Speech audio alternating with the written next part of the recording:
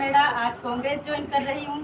और जिस तरह हम देख रहे हैं कि बीजेपी वाले बोलते हैं कि फोकट का राशन, तो हम आदिवासियों को वो फोकट का राशन बोल के हमको बेइज्जत करते हैं। हमारे आदिवासियों को ये वोट लेने के लिए ये सारी योजनाएं निकालते हैं और फिर बाद में ये बोलते हैं कि फोकट का राशन है। और रही बात ज़मीन की, ये लोग बोलते हैं कि ये बीजेपी सरकार अगर आती है तो ये हमारी ज़मीनों को छीन लेंगे, ये हमें बेघर, हमारी ज़मीनों से हमें बेघर कर देंगे। इसलिए मैं आज प्रेस कॉन्फ्रेंस के माध्यम से आप सभी के बीच में आई हूँ।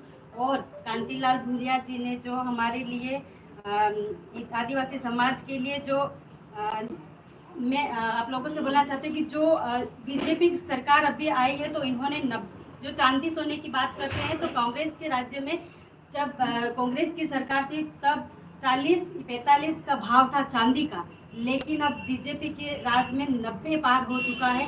तो ये सबसे बड़ा मुद्दा है चांदी का। तो इसीलिए इन सब को देखते हुए और सारी परिस्थिति को देखते हुए ये बीजेपी का बहुत ही बड़ा तानाशाही है।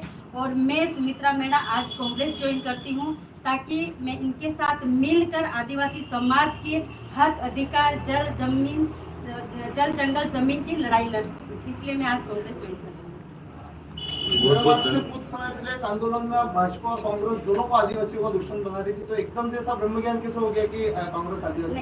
देखिए, सही प्रश्न पूछा आपने। जैसे बीजेपी का तानाशाही देख रहे हैं ना, बीजेपी कितना शोषण कर रही है। अगर हम किसी अकेले की लड़ाई नहीं लड़ सकते ना, जो भी समाज अगर इकट्ठा होकर करता है तो वो भी, हमने देखा है कि कांग्रेस हमेशा आदिवासियों के साथ रहती है, आदिवासियों के हक अधिकार की आवाज उठाती है। तो जो हमें सही लगा हम उनके पक्ष में जाएंगे। बहुत बहुत धन्यवाद सुमित्रा मेड़ा जी। आज कांग्रेस पार्टी की मैं आपको शामिल करते हुए बहुत खुशी हो रही है। डॉक्टर विक्रांत भूरिया जी निवेदन करता हूँ।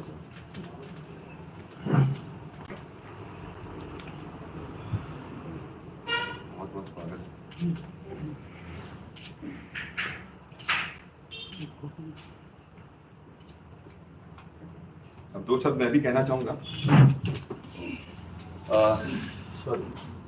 साथियों, आज का दिन एक ऐतिहासिक दिन है, क्योंकि जिस उद्देश्य के साथ हमने ये लड़ाई शुरू करी थी, उद्देश्य था कि सबको एक करना। और जो लोग इस देश को खत्म करने की बात करते हैं, संविधान खत्म करने की बात करते हैं, आरक्षण खत्म करने की बात करते हैं, उनके खिलाफ एकजुट होकर लड़ाई लड़ना।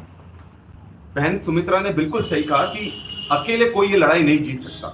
ना कांग्रेस अकेले जीत पाएगी, ना कोई संगठन जीत पाएंगे। हम सबको ये लड़ाई दूसरी आजादी की लड़ाई के रूप में लड़ना पड़ेगी।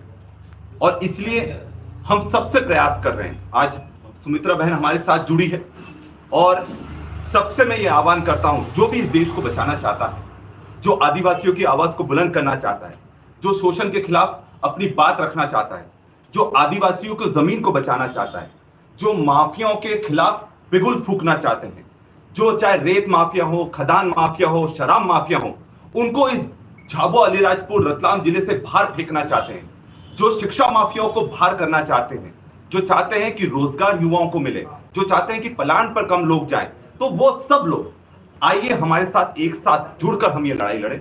और मैं मानता हूं कि ये चुनाव सिर्फ कांतिलाल भूरिया जी या कांग्रेस पार्टी का चुनाव नहीं है, ये हम सबका चुनाव है, सभी संगठनों का चुनाव है। क्योंकि अगर कोई भी अलग से खड़ा होता है तो उसमें सीधा सीधा फायदा भाजपा का होता है। और भाजपा यही रीति नीति कर आई है कि आपस में लड़ाओ, भाई को भाई से लड़ाओ और तोड़ो। और तोड़ने की राजनीति जो भाजपा कर रही है, आज उसको पूरी तरह से खत्म करने का हमने प्रण लिया है। मैं मेरी बहन सुमित्रा मेड़ा का स्वागत करता हूं, अपने इस कांग्रेस के परिवार में स्वागत करता हूं। और सभी उन साथियों का स्वागत करना चाहूंगा जो सुमित्रा के साथ कांग्रेस ज्वाइन कर रहे हैं। और मैं विश्वास दिलाता हूं कि हमारी कांग्रेस की रीति साफ है कि जो भी इस संघर्ष की लड़ाई में हमारे साथ जुड़ेगा वो हमारे परिवार के रूप में रहेगा। भाजपा जैसा हमारा चाल चलन नहीं है कि बीजेपी ज्वाइन करवाकर उसके बाद कचरे के कूड़े में फेंक दिया जाए।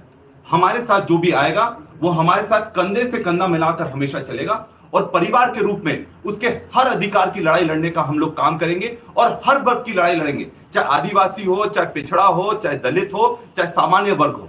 सबकी लड़ाई लड़ने का काम हम एकजुट होकर करेंगे। और जो ये झाबुआ को एक अमन शांति चैन का टापू बोला जाता है, इसको कभी भी हम लोग हिंसा में परिवर्तित नहीं होने देंगे। और इसलिए मैं आज सबको, आपको मैं बहुत बहुत धन्यवाद देता हूं और मैं चाहूंगा कि ये संदेश आप घर घर तक पहुंचाएं कि अब जो तानाशाही भाजपा की चल रही थी, जो एक तरफा शासन कर डराने धमकाने की राजनीति भाजपा की चल रही थी, उसको ये करारा जवाब है। इसके साथ और कितने कार्यकर्ता शामिल होने वाले हैं जेएस के साथ? आप देखते जाइए, हर दिन आएंगे, साथी आएंगे हमारे, और मैं उनको अपने परिवार में स्वागत करता हूं। अभी कुछ दिन पहले जो जिला उपाध्यक्ष थे आयुष, वो भी हमारे साथ जुड़े। तो हम यही कहना चाहते हैं कि हमें ये लड़ाई एकजुट होकर लड़ना पड़ेगी। अगर हम अलग थलग पड़े रहेंगे तो बीजेपी ने जिस तरह से, रतलाम में क्या हुआ, जैस के कार्यकर्ताओं को जेल किसने भेजा? बीजेपी के लोगों ने भेजा। जो सामाजिक काम करते हैं कर्मचारी लोग, उनका उनको जिले से बाहर फेंकने का काम कौन करता है? बीजेपी के लोग करते हैं। तो हम उन सबको यही कहना चाहते हैं कि हम सबको एकजुट होकर लड़ाई लड़नी है, और जितने साथी जो हमारे साथ आना चाहते हैं, इस आजादी की दूसरी लड़ाई में शामिल होना चाहते हैं, उन सबका स्वागत है। अभी कितने साथी लेकर के आए हैं विधायक साहब? बहुत सारे साथी हमारे साथ आए हैं, 100 से ज्यादा साथी इनके साथ आज ज्वाइनिंग कर रहे हैं। और जो सबसे बड़ी बात है कि हम लोग, ये शुरुआत है, आप देखते जाइए, जब चुनाव आएगा, सारे जितने भी जो देश को बचाना चाहते हैं, समाज को बचाना चाहते हैं, वो सब लोग हमारे साथ कंधे से कंधा मिलाकर लड़ाई लड़ेंगे। नागर सिंह चौहान ने कहा कि विक्रांत भूरिया अभी नए हैं राजनीति में, उसके अनुभव की कमी है। देखिए, मैं नागर सिंह जी को बहुत ही